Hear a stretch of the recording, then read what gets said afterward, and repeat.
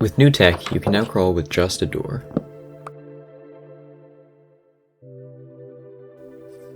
Or 2 slabs.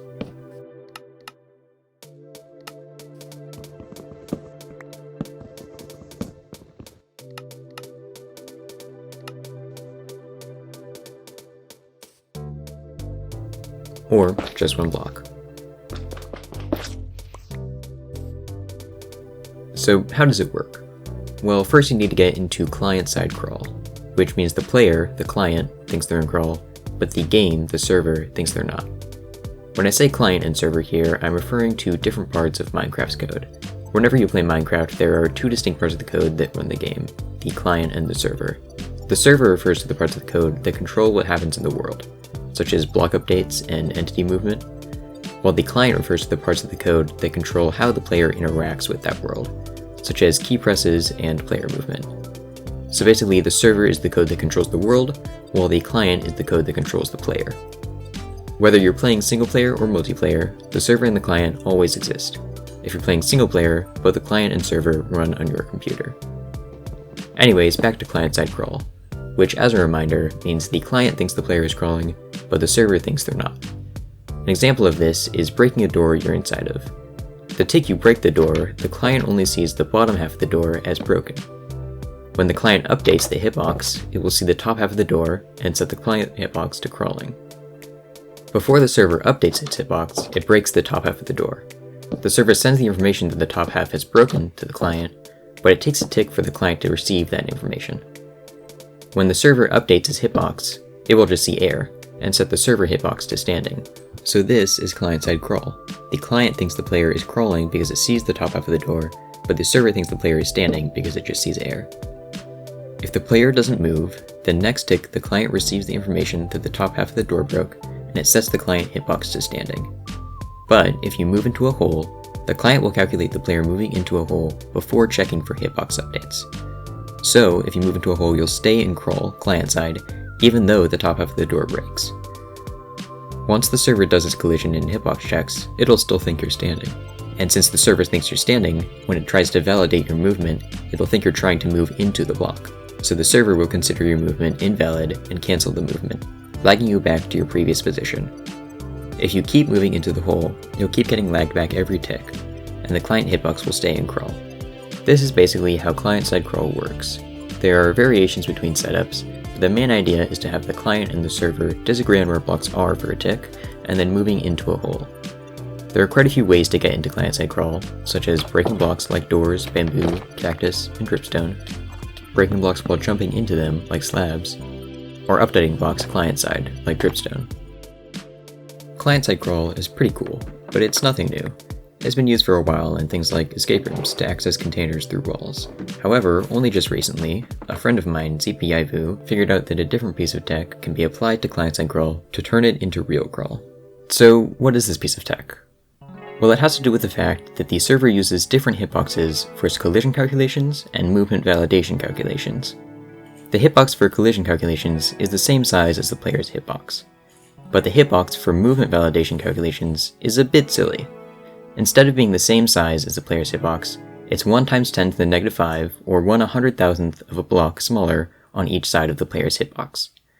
So if you move less than 100,000th into a block, the server and client's collision hitboxes will be in the block, but the server's movement validation hitbox won't. In most situations where this works, it isn't very useful.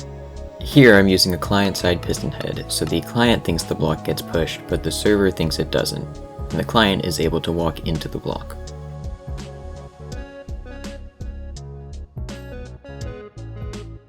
You'll walk a very tiny amount into a block, but from there you'll just get lagged back. However, for client-side crawl, this is perfect. Like the previous situation, you'll only be able to move 1/100,000th into a block. But once you do, the server will see its head is inside the block and set the server hitbox to crawling. Then, now that both the client and server's hitboxes are crawling, because the server no longer thinks you're trying to move into the block, the player's movement is considered valid, and they move into the hole.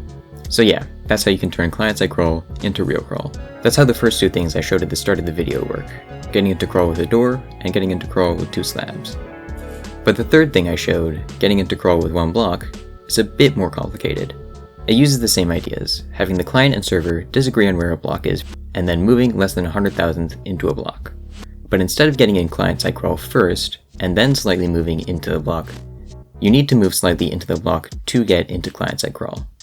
How it works is when you break a block midair, there's a small desync in the breaking time of the block between the client and the server, so the client breaks the block before the server.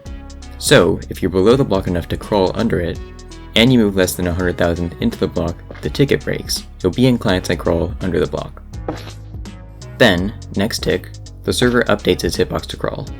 This method of crawl is very tricky to perform, since the timing is very tight, and you need to move under another block before the block above you breaks server side. The timings also depend on how long it takes to break the block, so different blocks have different timings, and with some blocks this just isn't possible. Here are a few blocks I found timings for.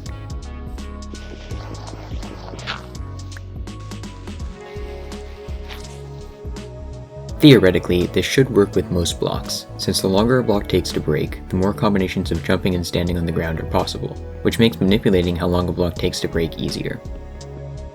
So yeah, that's how you can crawl with one block.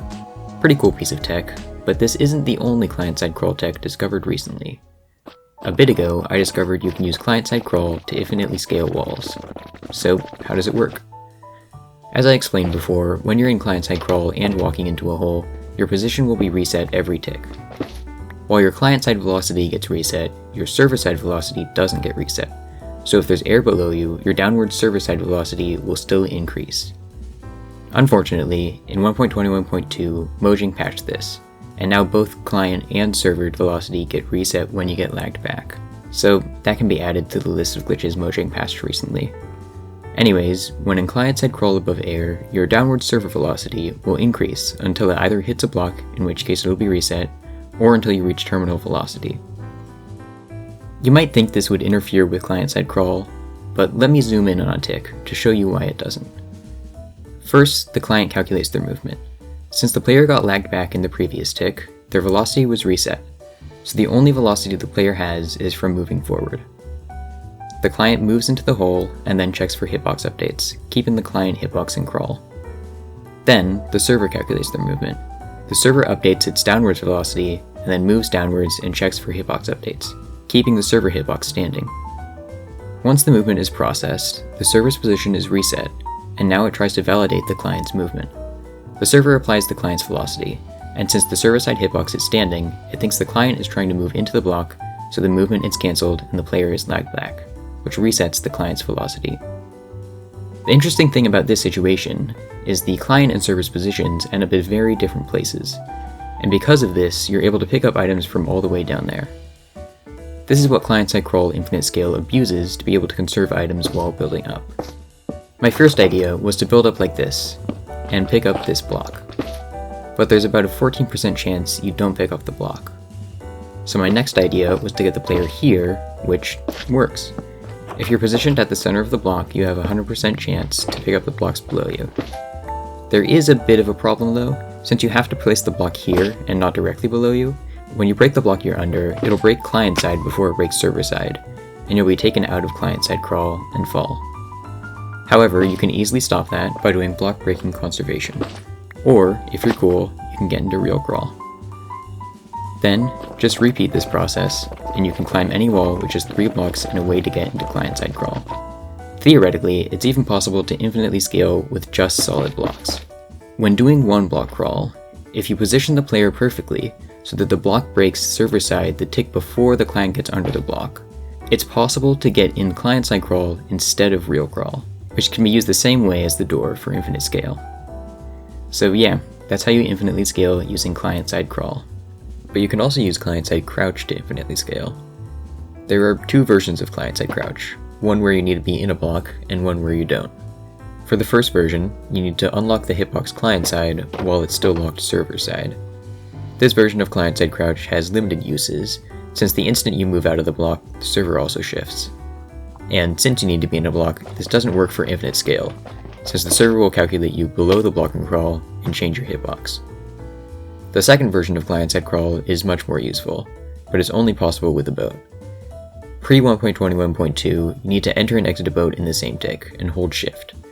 But after 1.21.2, all you need to do is exit a boat and hold shift.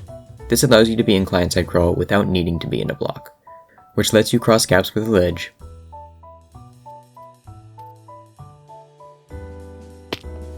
and allows for client crouch infinite scale.